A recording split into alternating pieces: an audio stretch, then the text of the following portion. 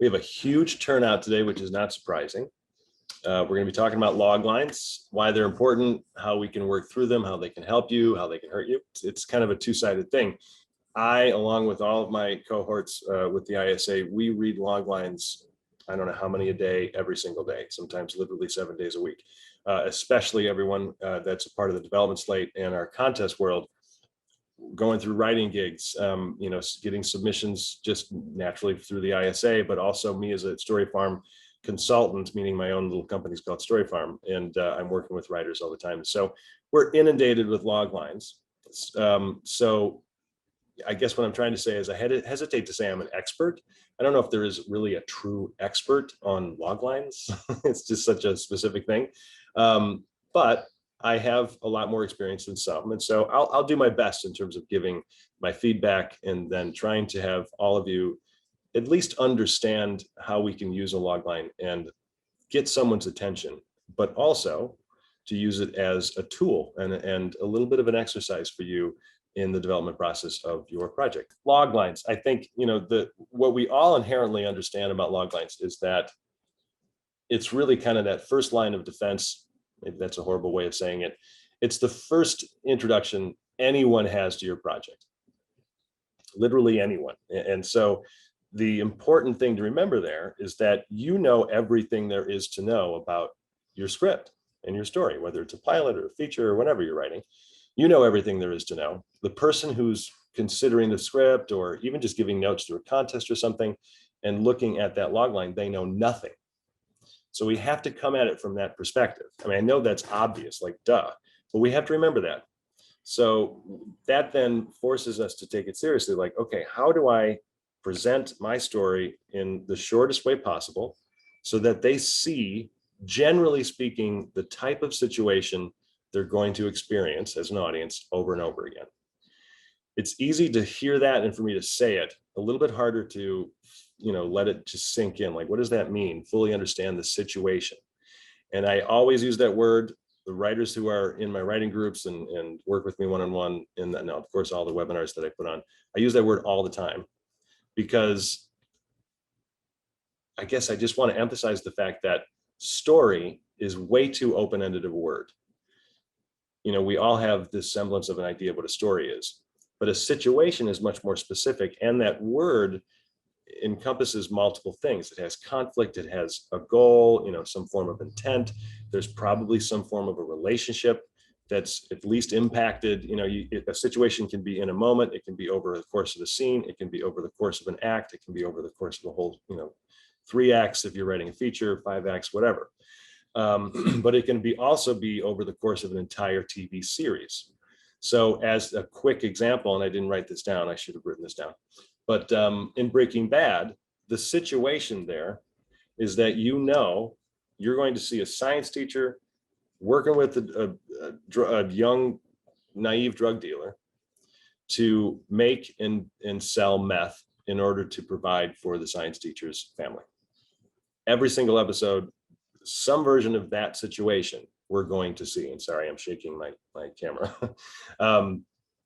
We know we're going to see that. So it's that idea that then is related, that idea of a situation, or the word situation, that is then related to the word hook. It's basically the same concept I'm trying to get across. Situation and hook are pretty much the same things. Hook is what, obviously, it's called a hook because it hooks the audience in. We're like, oh, that type of situation is interesting. I'd like to see that happen over the course of 2 hours. We as an audience, if we're watching a movie, we're going to be spending at least an hour and a half of our lives' time experiencing a situation that recurs over and over and over again. So I needed to open up with that, even though it isn't directly related to here's how you write a log line, but it is related because that's what we need to notate in our log line. We have to hit that as quickly and succinctly and early as we can.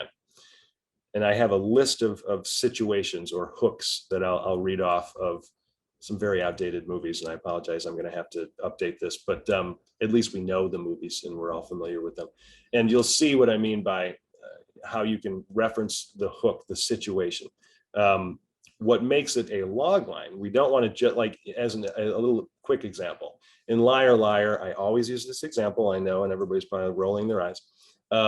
It's just easy, everybody understands it. The situation in Liar Liar is obvious, right? We all know it. It's a lawyer who is unable to tell a lie for 24 hours. That's the situation. That's not the story, though. And that, I think, is so essential for us to differentiate. The situation is that's fine, but what makes it a story? The relationships involved. And so that's another buzzword that I almost wrote in caps in the chat box that we have to make sure is referenced in a log line. And that's difficult. And this is why log lines are hard to write, because after a while, you've got like this huge paragraph and like, okay, I can't have a log line that long.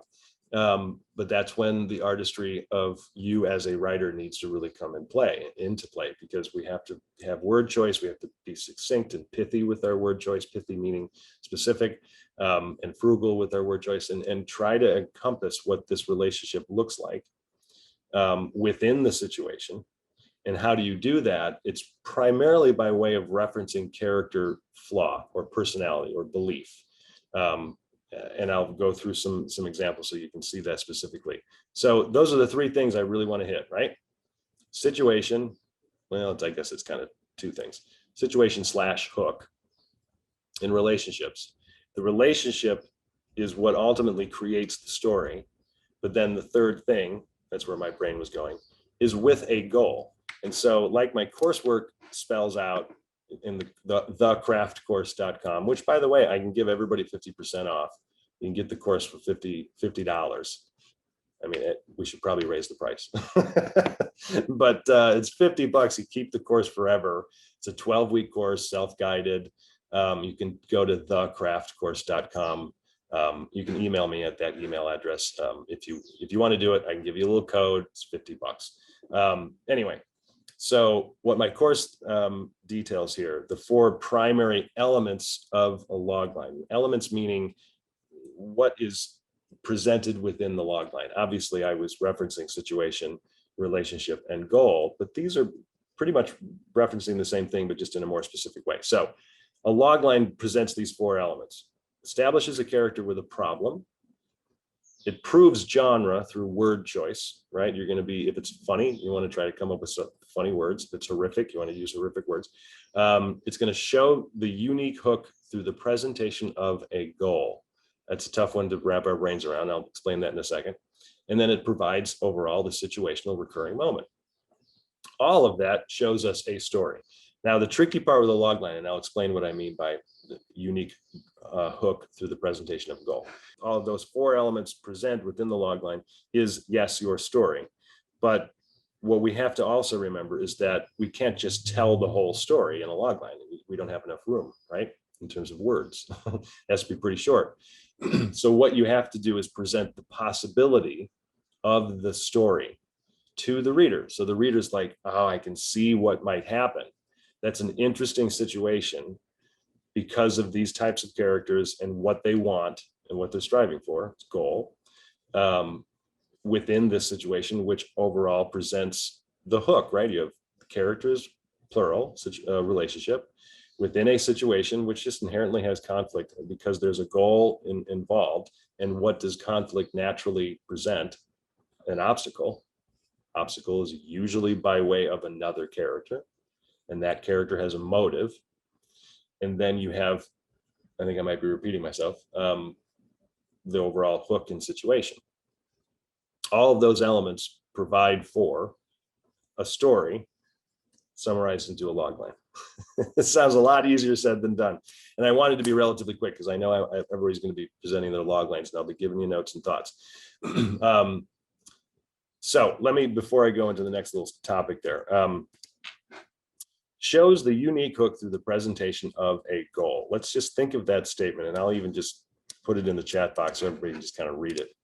I'm not trying to, make it sound like this is some genius concept or anything, but unique hook through the presentation of a goal. Like a hook is one thing, right? You've got, and this is, I guess, where I could go into some of the situation references that I have written out. I don't want to call them log lines, and I'll explain why.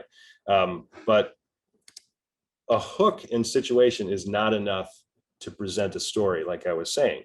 What you need is the goal. right? They have to be striving for something. They have to, and for a reason. And that then inherently has stakes. And when I say inherently is that, I mean that you can't just state in the logline, here is what at stake. It has to be assumed by the reader.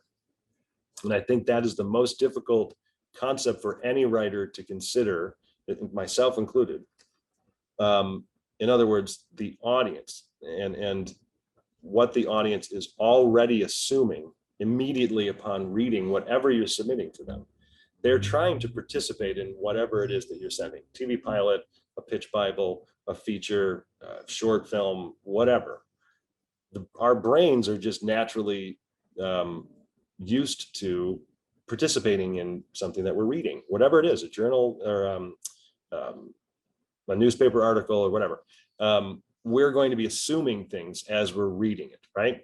And when it comes from a place of story, we're going to be thinking ahead just a little bit. Oh, that character might go and, have this type of moment. It might end up like that, or, oh, this, you might even go negative, oh, this is so cliche, or it's predictable, whatever, but that's what our brains do. And we have to trust the audience that they are going to be doing that. So when you're writing that log line, it's one way to keep yourself from going too long in terms of just overwriting the log line and having this giant paragraph. Present the character who has a flaw, and I'll even read a little bit of a templated example here. I'll put it in the chat box so you can see.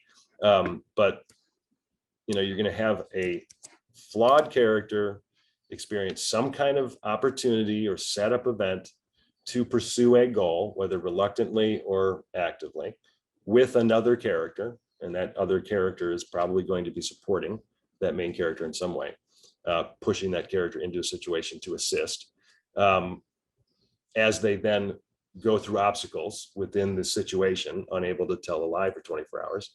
And it's heightened because in Liar Liar, it's during the biggest case of his career, while being, forced to overcome the motive of the villain. I'm trying to purposely be very basic, until you're going to reference some kind of twist, right? There's a major complication within the situation that may not be expected, at least of the main character, and that changes things. So you're having a little bit of a structural approach to it. You're referencing characters and relationship. That relationship is assumed by way of just the types that they are. Some stories are very specific to relationship progress, right? There's an evolution of how a relationship evolves, or evolution of a relationship. And that's what the movie's about. Lady Bird is technically just a whole bunch of relationships that Lady Bird is experiencing. The primary one with her mom or parents, but just trying to find her place in the world and to get out. That's her goal. The problem is that she feels stuck because of her family. It's basic. You have a goal, you have a problem. Here's what she's going to try to do to get out of it. And that's basically how we have to present just about any log line. Here's this ridiculously long template log line. It's in the chat box. I'll read it for everybody watching the recording. Your brain is eventually going to melt as you hear all of this, but that's kind of on purpose because these are just placeholders that we can use to help develop our log line. Eventually you're going to shorten it. But when a flawed hero experiences some kind of an event, setup event, that either introduces him to a secondary helper, or that secondary helper pushes him toward a new adventure in order to overcome an obstacle, the problem, usually in the form of a villain or an opponent within a very specific type of situation. And that's really broad, I know. But then a twist occurs that sends the hero in a new direction, completely changes everything. So what you see with that template is that there's a little bit of a structure to it. You have this when, then, and until kind of placeholder process, right? You're allowing the reader to kind of flow with the story, but you're also going, and this is the other kind of half of an important note I need to make about log lines, and something that I see all the time when reading log lines. We need to get past just the setup.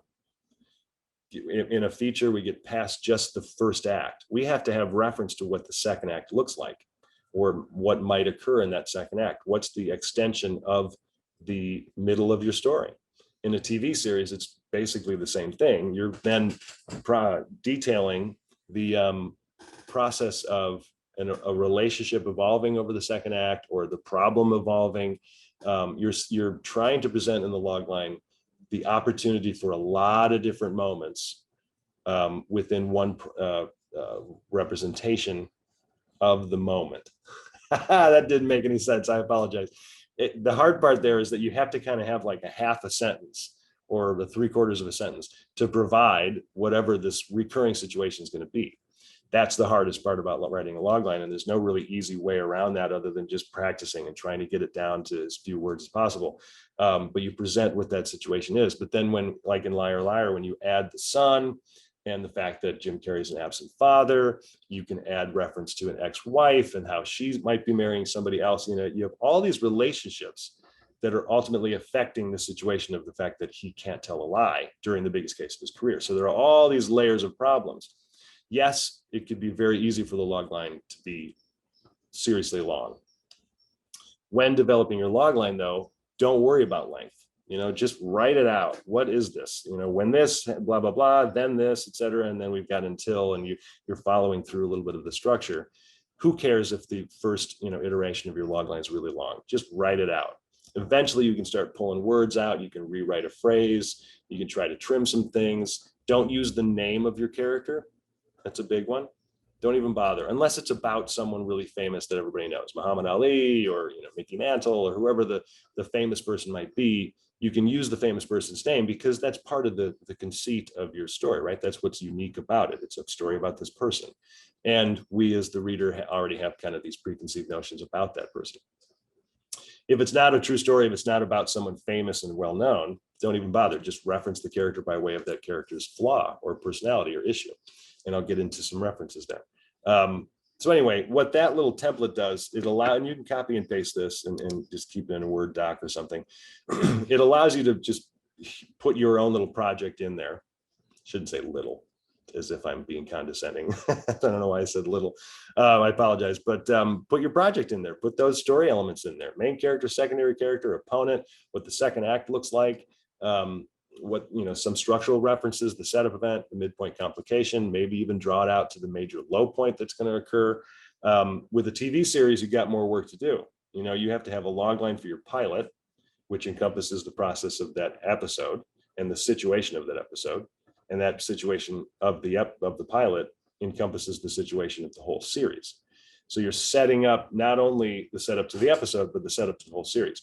That in of itself is enough for the brain to explode. But you have to write a pilot episode log line, a first season log line, which encompasses the process of the whole story evolving through multiple storylines, which then also means multiple characters. So it might be a little long, and that's okay. And then the whole series log line. The series log line is going to be a little bit more broad. You should have some kind of character reference, probably just the main character. And the overall situation. Stranger Things, you've got, Will Byers, who's been kidnapped, and his friends are trying to, figure out what happened, but they find out that there's this monster that, even that's horrible. But you just get into the basic situation of what we're going to be experiencing every time we tune in for the series logline. Okay, let me give you some examples here. And again, these are really old movies. In a way, it's a good thing because we're all aware of them. But what you'll notice is they all have something in common. And when the reason I'm reading these is because it's specific to the situation of the story. It isn't necessarily a log line. And I'll explain why it's a little different. Okay, the first one, this is Grosse Pointe Blank, the movie Grosse Pointe Blank. An elite assassin in the midst of an emotional crisis is forced to return to his hometown to carry out a hit on the same weekend as his 10-year high school reunion, while simultaneously reconnecting with the love of his life. And I'll just post this in the chat box so everybody can read it.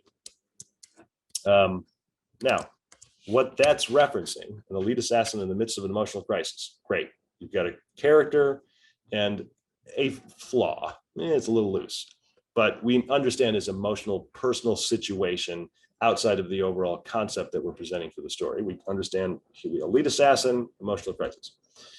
He's forced to return to his hometown to carry out a hit. It's a setup event on the same weekend as his 10-year high school reunion. Overall situation, right? We've got a hit, like a literal assassin hit that needs to be taken out during a class reunion.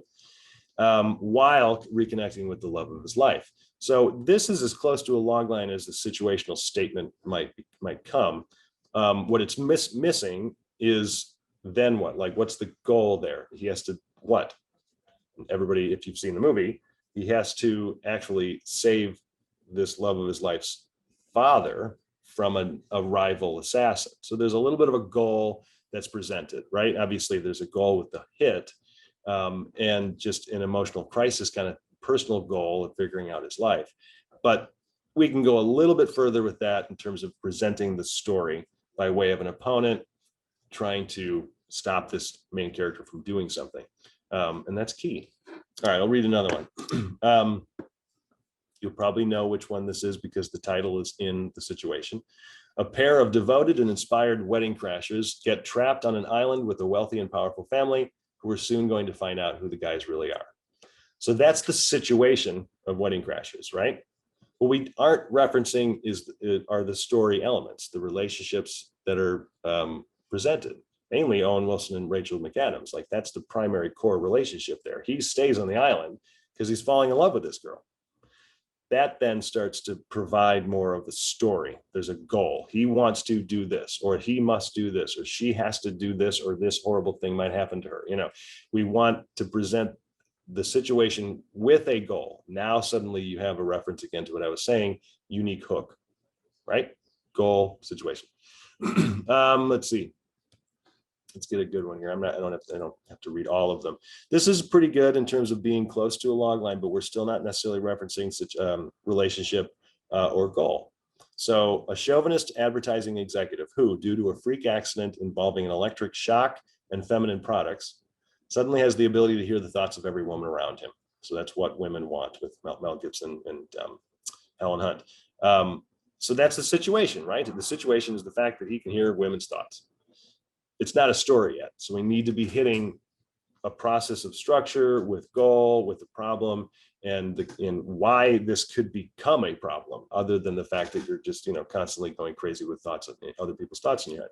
So we want to get to that process of presenting what this goal, what the character has to do, what the goal is. Let's do, okay, so this is a good example of how this is not a log line. It is a little bit of a reference to situation, but we can go much further. And if you've seen the movie, you'll obviously realize, but this is Brokeback Mountain, the deep but secret love affair between two cowboys in Wyoming in the 1960s. Obviously a reference to the situation. And because we hadn't really at the time seen a movie like that, it's okay, I can see the uniqueness there. But there's so much more to that story than that, right? So you have to come from a place of when, then, and until to at least allow the structural approach. You provide goal. What are these characters wanting? Obviously each other, but the problem is not only the fact that they're homosexuals in that time, but there are other story elements going on. One of them's married and it's not working. And, there are other things happening in the story that we're going to want to reference. So I think those are good examples in terms of close to a log line, but we can go a little bit further. And it's going back to this idea of how we at the ISA and myself with, all the writers I work with, I see so many log lines that are just setups. They're just presenting the potential for something, but we're not going a little bit further to see how some of that potential can pay off. And because we're not referencing what the second act is or what the middle of the story is going to be. We never want someone to read a log line and then go, well, then what happens? I mean, you could argue, well, couldn't that be a good thing? They're trying to be engaged and guess what is happening? Not really. We want them to be able to see what could happen and go, ooh, okay, I see the moments there. I can see what that situation is going to present in terms of what I will literally be watching. So we want to go past the setup. So, I mean, that was a lot in a short amount of time. And obviously I could go longer in terms of the process of creating a log line, but we do have questions, log lines to present. But yeah, I'll probably just go into that. I mean, what you want to make sure, and as a little bit of a reference or review, is that you're referencing these four things in every log line in some way, shape, or form. You've got a flawed hero, a secondary helper, which is just my term for like a Doc Brown to Marty McFly, Sam to Bilbo. It could be a mentor, but it could also just be it's the secondary lead in the story. The second act obstacle is number 3. That second act obstacle is a direct reference to ultimately goal within a situation, because a situation inherently provides conflict. So that second act obstacle is going to be difficult, right? There's a difficult process of achieving the goal. And then, of course, you have the fourth thing, a villain or opponent. And usually that opponent is presenting some form of that major obstacle in the second act. Establishes a character with a problem, just like in Grosse Pointe Blank. He's going through an emotional crisis and he's an assassin. Like, that's a problem for an assassin. He should not be emotional, for one thing, much less going through a crisis. So establishes a character with a problem. More often than not, it's a personal problem or a stage of life problem. You know, they are 16 years old and she just found out she's pregnant. You know, that's a problem for this girl. Maybe. I shouldn't be too broad with that, but you get the idea. It proves genre. You're going to be doing that with word choice. You want to make sure that if it's supposed to be funny, it should read funny. It shows the unique hook through the presentation of a goal, which I talked about. And then it provides the situational recurring moment. In a lot of ways, those last two are kind of connected, right? The unique hook with a goal is what is ultimately creating that recurring moment, that moment that happens over and over again. So we need a reference of what that situation is going to be, what that recurring moment is going to be within your logline. It's okay to start with a question when you're pitching it, you know, when you're speaking verbally with someone. Get to the process of when. So what I'm seeing here is we've got when a black hole stalks our galaxy, a brilliant game designer enters it to prove aliens are not our enemies. So what happens, I guess, is kind of, again, like, what happens once he goes out there, and what's the game, and how does the game provide a situational moment within the middle of the story? It's an interesting setup, but this is another example of how we're providing concept more than character and relationships. And character and relationships is ultimately what will be providing story. It's interesting. It's definitely interesting. So this is not me critiquing the concept so much. It's more of looking at the log line because I want a little bit more out of that. When a black hole stalks our galaxy, a brilliant game designer enters to prove aliens are not our enemies. So a lot of things pop up. It's like, why is he trying to prove aliens aren't the enemies? What might happen if he fails? Is he going to actually stop the black hole from happening?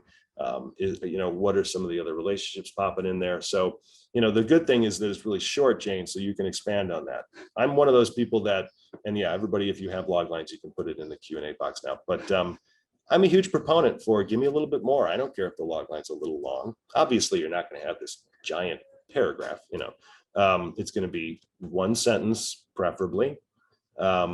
Sometimes we go into two and it's like, let's be careful with 2 sentences. It's called a log line, not lines. Amanda, do you want series or pilot log lines for TV shows when we get to that point? Yeah, so I did touch on that. For TV writers, you're going to have a series log line, pilot log line, first season log line. So and you'll be including that in your pitch Bible. And the reason I'm calling it a pitch Bible is because it's not really a true TV Bible. A TV series Bible is like this 60-page document. It has everything. In a pitch Bible, it's going to be 8, 9, 10, maybe 11 pages. And one of the first pages is going to just show just those 3 log lines. Boom. Pilot, first season, series, or you can reverse it, series first, etc. Okay.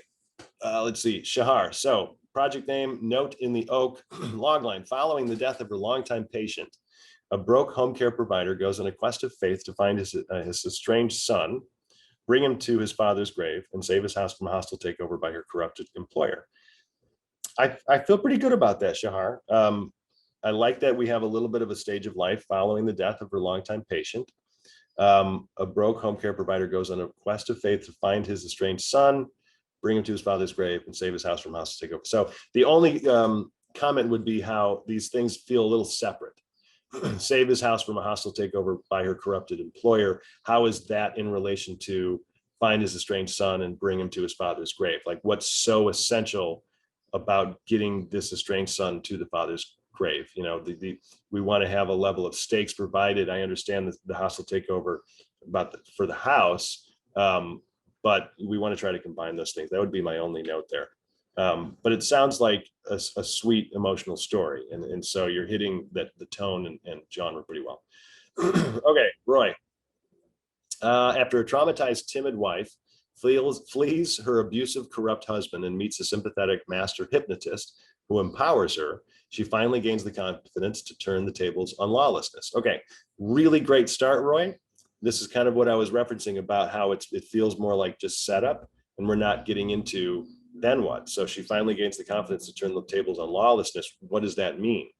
And so we want to get into what that looks like, so meets a sympathetic master hypnotist who empowers her, which then forces her or pushes her on this revenge-seeking quest to achieve this, or with the support of this person, or however relationship reference you could have.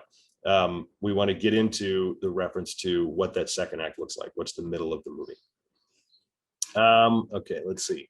So moving on to Virginia, I think, did we hit the no? Okay. An impulsive kleptomaniac cleans up her act after a painful education from two hardcore thieves. Okay, so Virginia, we want to know what that looks like. And I know that sounds like such a broad, lame statement or question, but impulsive kleptomaniac is fun. And she's trying to clean up her act, which I like. There's a personal want there.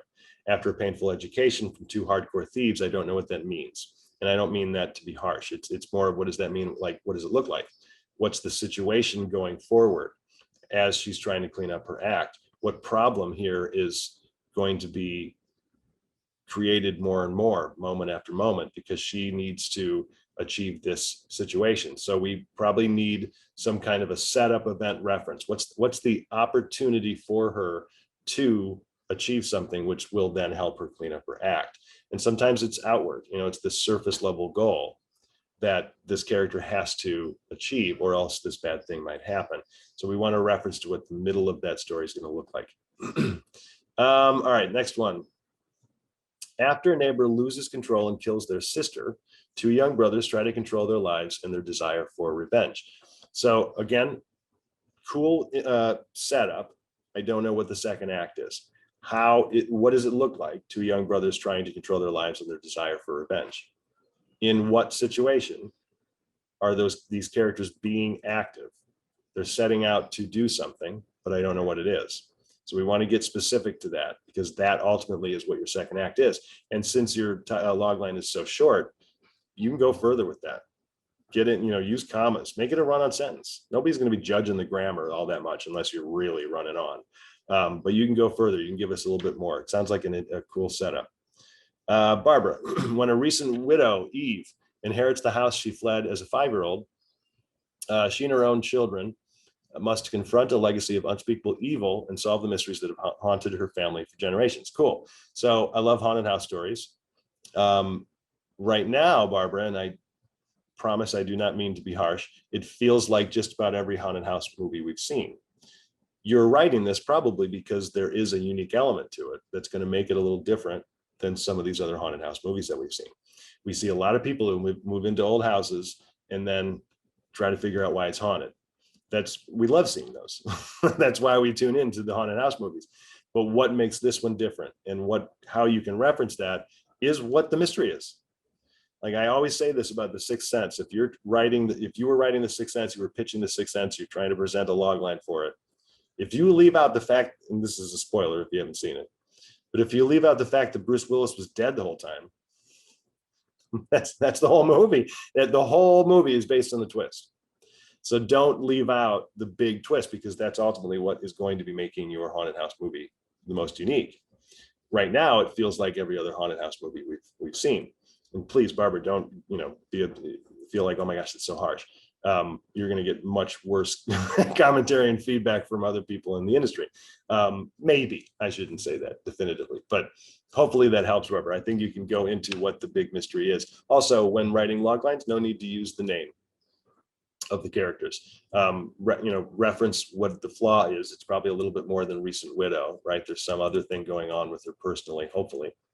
Okay, Mike, an Afro-American dream researcher, creates software that he hopes gives him the ability to share a dream with another person. The only problem is the software transports he and his wife to an 1859 slave auction block.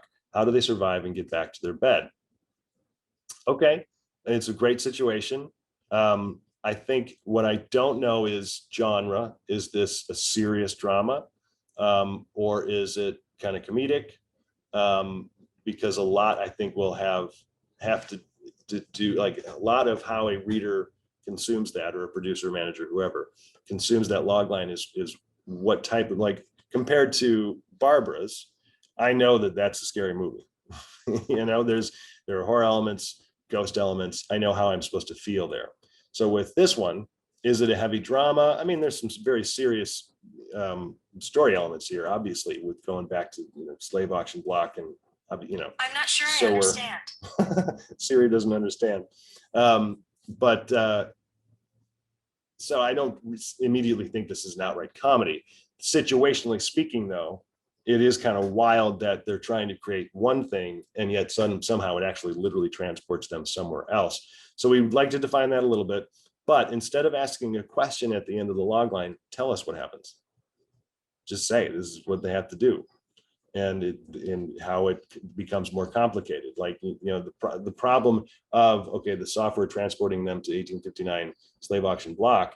Yes, that's a complication, but that's probably really early on in the story. Your actual story, the second act, is how they're trying to survive and getting back to home. And the fact that you're referencing get back to their bed, that sounds kind of funny to me. So again, we want to make sure that we're defining genre, and that we're detailing, not, I don't want to use the word detailing, we're referencing what the overarching recurring situation, recurring moment is going to be in the second act. Susan, when Ireland's notorious pirate warrior Grace O'Malley loses family, fleet, and army to England's colonial governor, she must convince his queen and her arch enemy, Queen Elizabeth I, to restore her means of rebellion. Okay, so obviously a period piece, big sweeping drama out in high seas. You've got pirate, all these different political references. Very cool. I like that it's from a marketing standpoint, we have a female empowered woman. But what we're not presenting is how she does restore her means of well, that's not what let me read it again. Loses family, fleet, she must convince his queen and her arch enemy, Queen Elizabeth I. So when we say we must convince, does this mean, and I'm overly exaggerating here just to make a point, so don't read into it too much, Susan, are we watching for 2 hours someone trying to convince the queen of something? Obviously not. But technically speaking, that is what the log line is showing us. So it's fine when, in her attempt to convince the queen to restore her means of rebellion or whatever, she has to do this, or this crazy thing happens, or this ongoing situation occurs, or this, major complication. We want to get into the second act. Native American teen in an alternate world reluctantly takes his vision quest, only to discover he must die to save his tribe from the White Horde. Okay, you had me until White Horde. I think it sounds cool. I like that. You have Native American, you have teen. Alternate world was a little confusing. Alternate world reluctantly takes his vision quest. So I don't want to make suggestions or anything, Mike, but in a way, I would almost rather that this was just a Native American teen going on his vision quest. But then finds out that he has to die to save his tribe. I don't know what the White Horde is. So I think with this one, we're going to want some more information.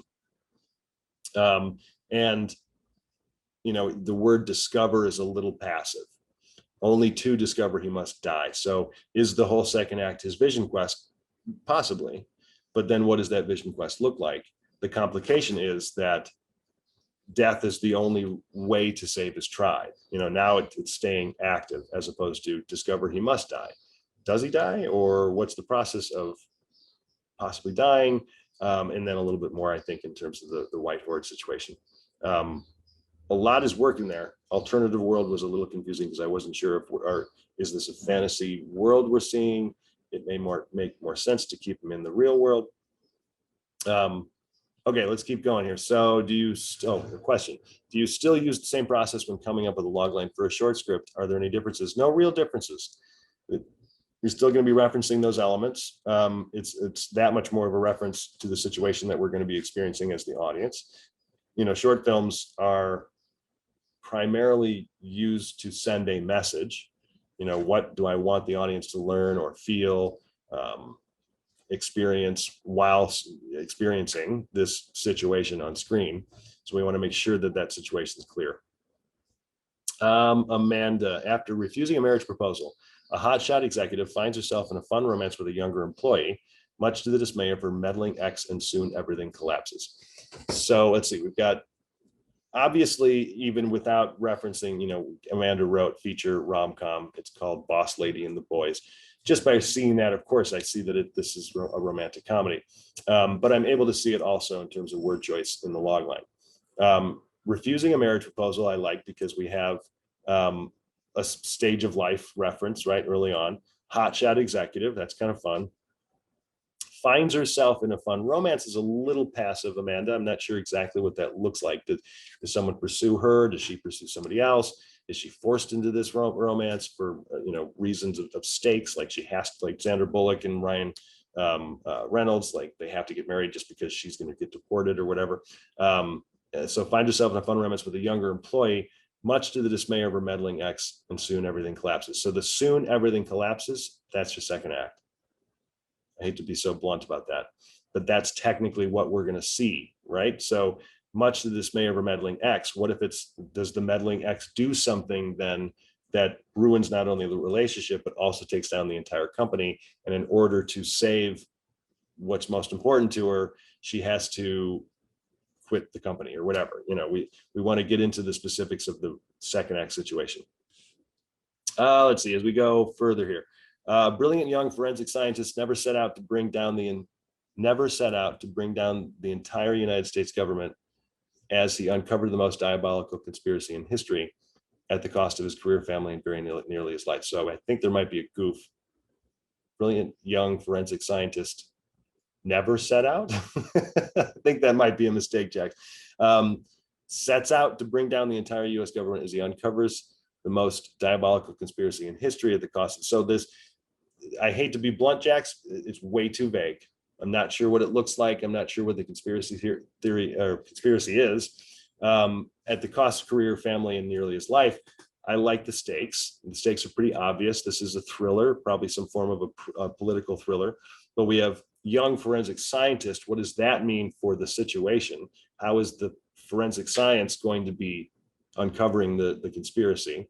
And I want to know what the conspiracy is, because that ultimately is probably going to help with the uniqueness of the project, but then also the steps he takes in order to uncover it. That's, again, another reference to how we want to see what that second act is. Mike, boy, we've got some people like throwing 4 or 5 log lines out. I'm going to try to give other people some chances. Sorry, guys. Alexis, are we okay to send our log lines now? Oh, here we go. Yes. After the tragic death of her wife, despite being considered a suspect in her murder, Betty must push through the grief and solicit a madam to run an illegal brothel out of the back of the strip club she owns in order to repay a $20,000 debt to keep it from being foreclosed. Okay. There's a lot in there. I like the world. I like the problem at hand because it's personal to the main character. So, tragic death of her wife, despite being considered a suspect, Betty must push through the grief and solicit a madam to run an illegal brothel out of the back of the strip club she owns in order to repay a $20,000 debt to keep it from being foreclosed. So, I'd like a little bit of a reference to why the strip club is so important to her. I know that might sound like a silly question, like, well, it's her business. But, is it a beloved strip club? I don't know, that sounds ridiculous. But we've got, she solicits a madam to run an illegal brothel. Could it be more interesting? And this is a little bit more of a creative development note. Could it be more interesting if this madam is the one who solicits her to run the illegal brothel with this at stake? Or, this madam presents an opportunity, an offer to repay this debt by running this illegal brothel. But again, a lot of this reads like a setup. I'm not sure what then happens. How does this become an overall story that evolves between pages 30 and 80, your second act of the feature. I want to know what that process is going to look like. How is this a problem going forward? How does it get worse? How is an opponent coming into play? Who is the opponent? Is it the madam? Does the madam do something to her? Or, so I'd like to see the process of this unfold a little bit more. A dying, neglectful husband challenges his wife to go on 3 dates or follow his planned event in death. She agrees until she learns he set up the dates. Her revenge with a younger coworker backfires when she develops feelings and must outsmart her techie husband to live her authentic life. So I think there's a way to rework the log line, Julia, because for one, it's 3 sentences. We want to try to maybe just rearrange what's presented first. So we've got, I'm not sure who the main character is for one.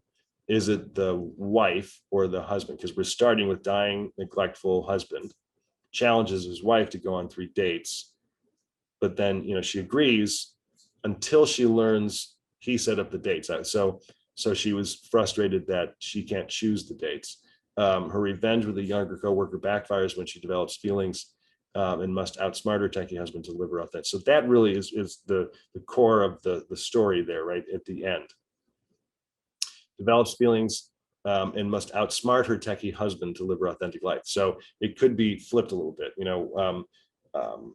a soon-to-be widow with feelings for a younger coworker is forced to go on multiple dates with the husband, or because the husband wants. So I guess that's also a little bit confusing in my head in terms of why is the husband wanting her to go on these dates, and then why would she feel like she would have to keep that secret in some way? Her revenge with a younger coworker backfires.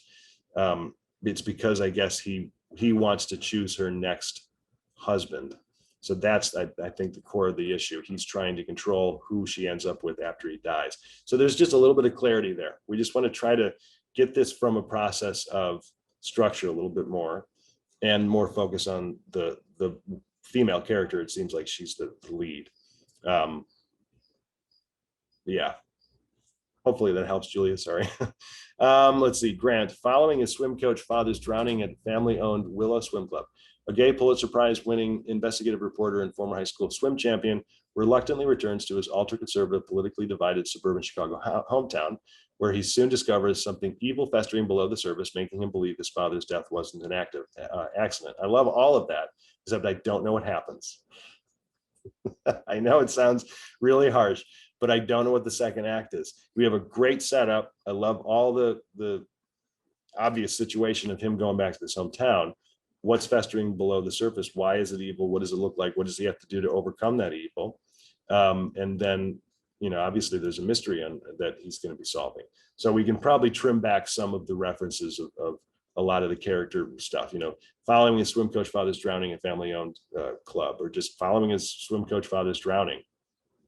A gay Pulitzer Prize-winning investigative reporter returns to his ultra-conservative suburban hometown. It's probably enough. If you say ultra-conservative, we're going to assume that it's probably politically divided. So you can trim a little bit of that and then give us a little bit more of the second act. A single woman convinces her office rival to pose as her boyfriend for Christmas. In exchange, she helps him prepare a lucrative proposal that may inadvertently close businesses in her hometown. Okay, cool. So it's a cool setup to a coming situation. I'm not sure how the situation unfolds. So you can see there's a running theme here that I hope I can get it across to every writer as best I can. We have to go beyond the setup. So Rita, you have a great setup here. I don't know what it looks like in terms of the problem in the second act. So in exchange, she helps him prepare a lucrative proposal that may inadvertently close businesses in her hometown. Does it close the businesses in the hometown? Get to that. She helps him win a proposal by way of this process. You have another little, reference to it, which then ruins the hometown and closes all these businesses, which then has her lose her job as, hometown teacher or whatever. So we can get a little bit more specific to what the middle of that second act is going to be looking like. I know I'm repeating myself, but I see it a lot. Let's do one more. Let me just see here. I'm going to go all the way down just randomly. Sorry, everybody. I know there were a lot of log lines presented here. I have 67. There's no way I can get to all of them. Here's a TV series. I haven't hit a TV series. Hermione, a Bosnian war survivor turned homicide detective and a talented but ostracized financial investigator must join forces to solve crimes where lines blur between victims and perpetrators. Okay, so again, I'd like more specificity. So ostracized financial investigator joins forces to solve crimes. So now we've got those two people, right? Bosnian war survivor turned homicide detective and a talented but ostracized financial investigator. Join forces to solve crimes where lines blur. So I get to the vague part where lines blur between victims and perpetrators. So who are they solving crimes for? Are they independent? Are they, are they hired out by certain people? Do they work for a certain force? Why are they, trying to, what's the motive here? What's their goal? Personally, they're trying to prove this, or do they eventually find themselves as some of the perpetrators, or they're framed for something? I want to get into the real problem of the situation that will be recurring throughout the series. I keep saying the same thing. I'm sorry, everybody. I don't know how else to say it other than we have a really interesting setup with these two characters, but I'm not necessarily seeing how homicide detective financial investigator is then going to be specific to what they're investigating, the types of crimes. Right now, they're just blurred between victims and perpetrators. So we can go a little bit further there. I hope this helped everybody. I know I was being kind of harsh with some of you, and I apologize. I don't mean to be harsh. I'm just trying to be as direct and specific as possible, because we all, myself included, can write better log lines. So the sooner you understand the importance of getting to what the middle of the story is, you can get the setup. All of you that I read here, you have great setups, like interesting beginning of story. I don't know what the middle of that movie looks like. So when, like, as an example, like when going to Grosse Point Blank, elite assassin in the midst of an emotional crisis is forced to return to his hometown to carry out a hit on the same weekend as his 10-year high school reunion. I can see the fact that he's going to be carrying out the hit, and then of course reconnecting with the love of his life. Then you go a little further, but when this complication occurs, he has to do this. So we're getting also to a reference of moment. And that's the hard thing with log lines. You can present a moment that you know will happen in the story as an example of the other moments in your story. A reader will get that, this type of moment, this, Jim Carrey's kid made a wish so he doesn't tell a lie. Suddenly he can't tell a lie, and he's supposed to win the biggest case of his career in order to make partner. Meanwhile, he's dealing with the fact that his ex-wife's might, all these very specific things. So we want to get into specificity, and hopefully I was able to help some of you. I apologize that if I couldn't get to everybody's log lines. I stated it up front. I had the disclaimer. I apologize. Ash, I like your way of critiquing, giving advice. I think it's helpful. Thanks for the presentation. Thanks, Ash. Yeah, I mean, that's the goal here with myself and just the ISA in general. We want all of you to be great. And I think it's important to remember that from a industry standpoint too. Every single executive who sits at a desk in every company, I don't care where they are begging for something great to come across their desk, because they're constantly saying no. They have all the reasons to say no to projects, 100 reasons to say no, but they want to say yes. So we have to be so vigilant in the process of being, like, taking care with word choice, making sure a logline is working.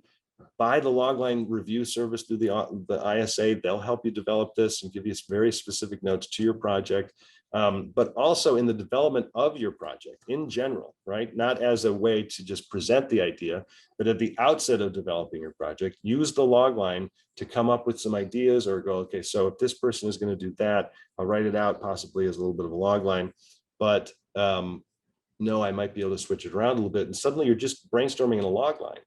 And once you get to a point where you're like, I think that's what the situation is in the middle of my movie, now you can develop there. You're developing from kind of a non-linear approach. You're not just starting from the beginning and trying to make the story work. You're coming from, well, what's that unique situation that I'm going to see over and over again, the middle of the story. And from a TV series standpoint, the type of moment that's going to occur in every episode. Then you can build out around it. What are the relationships that are going to make it more difficult, more interesting, more engaging? And so you're building out from the middle, building from the middle out.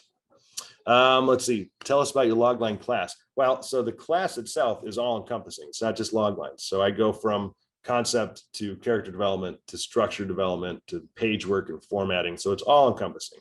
You can take any project that, either you want to rewrite or start from week one, and you go through the assignments, and you can do that on your own. It's self-guided. I have video, I have audio, and of course, written lectures. There you go. I just did that for Max and Jamie. So let me do this. I'll keep everybody on here. Let me just make a little code. So you'll go to thecraftcourse.com. and you'll enter that code, logline webinar 21. And you'll just go through the process as if you're purchasing the course, because you technically are. But when purchasing, you will enter that code and you'll get 50% off. So it'll be like $49.50 or whatever it is. You can keep the course for forever. So if you don't want to use it, don't use it. But if you wanted to go back to it for multiple projects, you can. But it's pretty straightforward. If you have questions, you can email me, max@thestoryfarm.org. Hopefully this was helpful, everybody. Work on your log lines, not just from a presentational aspect, but from a developmental one. Develop your idea through the log line and then expand from there. Thanks, everybody. Have a great week. I will be back next month, and you'll get little reminders as to what that event's going to be covering, but will be probably the last or second to last Wednesday of August. Have a good one, everybody. I'll see you soon.